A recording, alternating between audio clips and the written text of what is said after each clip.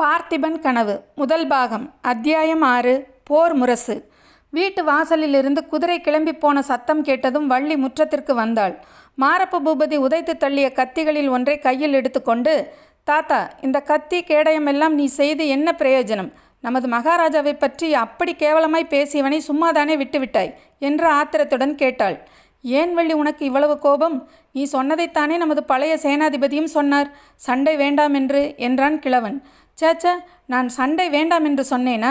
சண்டை எதற்காக என்று தெரியாமல் தானே கேட்டேன் என்று வள்ளி சொன்னபோது அவள் கண்களில் நீர் ததும்பிற்று. ஆமாம் வள்ளி, அதை நான் சொல்ல ஆரம்பித்த போதுதான் இந்த பாவி வந்துவிட்டான். வாதாபி சக்கரவர்த்தி புலிகேசி தென் தேசத்தின் மீது படையெடுத்து வந்து பல அட்டூழியங்கள் செய்துவிட்டு திரும்ப போனதை சொன்னேன் அல்லவா? அதற்கு பழிக்கு பழி வாங்குவதற்காக நரசிம்ம சக்கரவர்த்தி வெகுகாலம் ஆயத்தம் செய்து கொண்டிருந்தார். கடைசியில் 6 வருஷத்திற்கு முன்பு அவர் வாதாபியின் மேல் படையெடுத்து சென்றார். அப்போது நமது பார்த்திப மகாராஜாவையும் தமது படைகளுடன் வந்து சேர்ந்து கொள்ளும்படி ஓலை அனுப்பினார். அதற்கு பார்த்திப மகாராஜா அப்படியே செய்வதாகவும், ஆனால் அதற்கு பிரதியாக அன்று முதல் உறையூரிலிருந்து கப்பம் வாங்குவதை நிறுத்திவிட வேண்டுமென்றும் சோழ நாட்டின் புலிகொடிக்கு சமமரியாதை கொடுக்க வேண்டுமென்றும் செய்தி அனுப்பினார். இதை நரசிம்ம சக்கரவர்த்தி கவனிக்கவே இல்லை. மறு ஓலை கூட அனுப்பாமல் படை கிளம்பி போய்விட்டார். அன்று முதல் பார்த்திப மகாராஜாவும் காஞ்சிக்கு கப்பம் அனுப்புவதை நிறுத்திவிட்டார். அது காரணமாகத்தான் யுத்தம் வந்திருக்கிறது வள்ளி என்றான் கிழவன். இப்போது நீயே சொல்லு, பார்த்திப மகாராஜா முன்வைத்த காலை பின்வைத்து சக்கரவர்த்தியிடம் சரணாகதி அடைந்து விடலாமா? நமது சிராப்பள்ளி மலையில் போட்ட புலிக்கொடியை தாழ்த்தி பல்லவர்களின் எருதுக்கொடியை மறுபடியும் பறக்க விடலாமா? அந்த அவமானத்தை சகித்து கொண்டாவது இந்த சோழ தேசத்து மக்கள் எதற்காக உயிரை வைத்து கொண்டிருக்க வேண்டும் என்றான் கிழவன். அந்த நியாயமெல்லாம் எனக்கு தெரியாது தாத்தா. நமது பார்த்திப மகாராஜா என்ன செய்கிறாரோ அதுதான் சரி. அவருக்கு விரோதமாய் பேசுகிறவர்கள் எல்லோரும் பொல்லாத பாவிகள். அவர்கள் நரகத்துக்குத்தான் போவார்கள். இந்த மாரப்ப பூபதியை நீ சும்மா விட்டுவிட்டாயே என்று எனக்கு இருக்கிறது தாத்தா. நமது மகாராஜா எவ்வளவு நல்லவர் தெரியுமா என்றாள் வள்ளி. ஆமாம், நமது மகாராஜா ரொம்ப நல்லவர்தான். ஆகையினால்தான் இந்த குளங்கெட்ட மாரப்பனுக்கு இவ்வளவு இடம் கொடுத்து தலையில் தூக்கி வைத்து கொண்டு கூத்தாடினார் என்றான் கிழவன். என்ன சொல்கிறாய் தாத்தா? சரியாகத்தான் சொல்கிறேன். இந்த மாரப்ப பூபதி நமது மகாராஜாவின் சொந்த சகோதரன் அல்ல. பழைய மகாராஜா 50 வயதுக்கு மேல் சபலம் தட்டி யாரோ ஒரு மூதேவியை கல்யாணம் செய்து கொண்டார். ஊரில் யாருக்குமே அந்த கல்யாணம் பிடிக்கவில்லை. அந்த மூதேவியின் பிள்ளைதான் இந்த மாரப்பன். பழைய மகாராஜா செத்து போகும்போது பார்த்திபருக்கு பிள்ளை குழந்தை இல்லாவிட்டால் இவனுக்கு பட்டத்தை கொடுக்க வேண்டும் என்று சொல்லிவிட்டு போனாராம். விக்ரம இளவரசர் பிறக்கும் வரையில் இவன்தான் யுவராஜாவாக விளங்கினான். பார்த்திப மகாராஜா எவ்வளவோ இவனிடம் அன்பு காட்டி கௌரவம் அளித்து சேனாதிபதி பதவியும் கொடுத்திருந்தார். இவனோ நன்றி கட்ட பாதகனாய் இருக்கிறான். குலத்தின் குணம் எங்கே போகும் என்றான் கிழவன். இவனோடு உனக்கு என்னத்திற்காக சகவாசம் தாத்தா? இவனுக்கு நீ ஜோசியம் சொல்வது என்ன வேண்டி கிடந்தது என்று கேட்டாள் வள்ளி. உன்னால் ஏற்பட்ட சகவாசம்தான் வள்ளி என்றான் கிழவன். வள்ளி திடுக்கிட்டு, என்னால் ஏற்பட்டதா? நன்றாயிருக்கிறதே கதை என்றாள். உன்னால் ஏற்பட்டதுதான். இத்தனை நாளும் உன்னிடம் சொல்லாமல் வைத்திருந்ததை இப்போது சொல்லப்போகிறேன். வள்ளி, காலம் ரொம்ப அபாயமான காலம். நமது மகாராஜாவுக்கு என்ன நேருமோ, ராஜ்யம் என்ன கதியடையுமோ தெரியாது. இந்த மாரப்ப பூபதி யுத்தத்திற்கு போக மாட்டான் என்று மட்டும் எனக்கு நிச்சயமாய் தெரியும். நீ இவன் விஷயத்தில் ரொம்ப எச்சரிக்கையாக இருக்க வேண்டும் என்றான் கிழவன். என்ன தாத்தா, ரொம்ப பயமுறுத்துகிறாய் என்று கேட்டாள் வள்ளி. நான் சொல்வதை கொஞ்சம் கேளம்மா. ஒரு காலத்தில் இந்த மாரப்ப பூபதி உன்னை தனக்கு கட்டி கொடுக்க வேண்டும் என்று கேட்டுக்கொண்டிருந்தான். அவன் தலையிலே இடி விழ என்றாள் வள்ளி. அவன் தலையிலே இடி விழவில்லை அம்மா, எனது தலையில் அல்லவா விழுந்தது. கிரக சஞ்சார ரீதியாக அப்போது நமது குடும்பத்திற்கு ஏதோ பெரிய விபத்து வரப்போகிறது என்று நான் எதிர்பார்த்து கொண்டிருந்தேன். இந்த மாரப்ப பூபதி தன் ஆட்களை அழைத்து கொண்டு வந்து உன்னை தூக்கி கொண்டு போவதாக இருந்தான். இதுவும் எனக்கு தெரிந்தது. நீயும் உன் தமையன்மார்களும் அப்போது வீட்டில் இருந்தால் இரத்தக்களரியாகும் என்று எண்ணித்தான் எல்லோரையும் அக்கறையில் உள்ள கல்யாணத்திற்கு போங்கள் என்று அனுப்பினேன். யமன் நடு ஆற்றில் சூறாவளி காற்றாக வந்தான். உன் அண்ணன்மார்கள் எல்லோரும் செத்து போனார்கள். சுவாமி உன்னை மட்டும் எனக்கு கொடுத்தார்.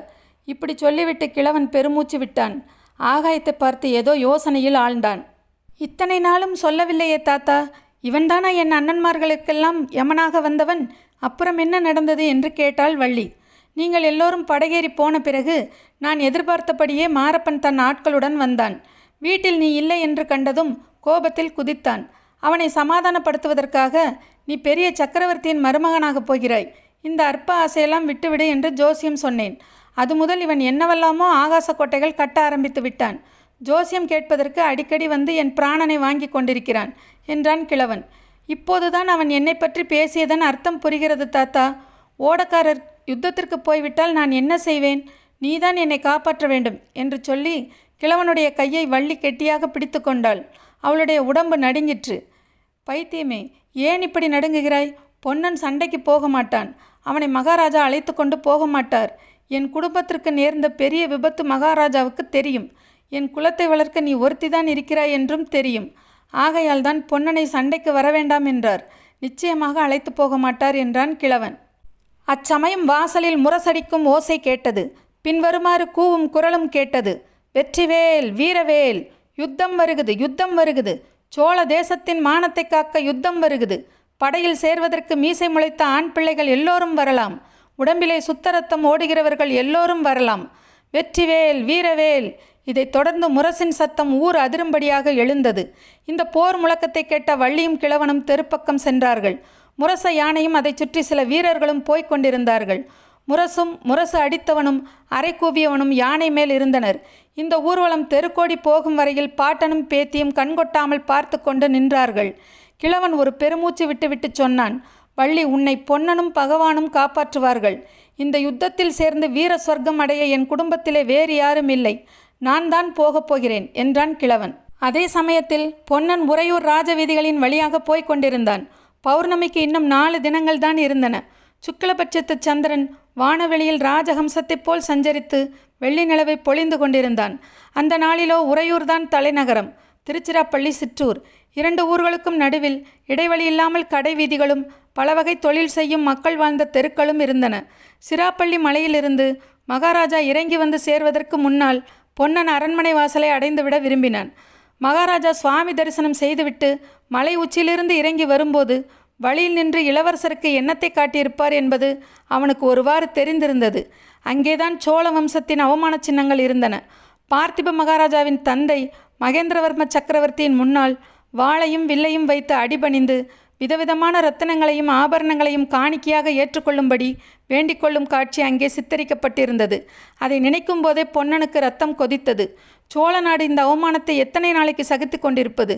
யுத்த களத்தில் பல்லவர்களின் இரத்தத்தை பெருக்கி அந்த அவமானத்தை துடைத்து கொள்ள வேண்டாமா என்று எத்தனையோ முறை பொன்னன் சிந்தித்ததுண்டு. அப்படிப்பட்ட சந்தர்ப்பம் இப்போது ஏற்பட்டிருக்கும் போது தான் மட்டும் யுத்தத்திற்கு போகாமல் வீட்டில் முக்காடிட்டு கொண்டிருப்பதா? இவ்விதம் யோசித்து கொண்டே பொன்னன் விரைவாக நடந்து சென்றான். பொன்னன் எங்கு சென்றான் என்பதை அடுத்து வரும் அத்தியாயங்களில் பார்க்கலாம். கதையோடு பயணிப்போம். இந்த பதிவு உங்களுக்கு பிடிச்சிருந்தா என்னோட குறிப்பு பலகை சேனலை லைக் பண்ணுங்கள், கமெண்ட் பண்ணுங்கள், ஷேர் பண்ணுங்கள், சப்ஸ்கிரைப் பண்ணுங்கள்.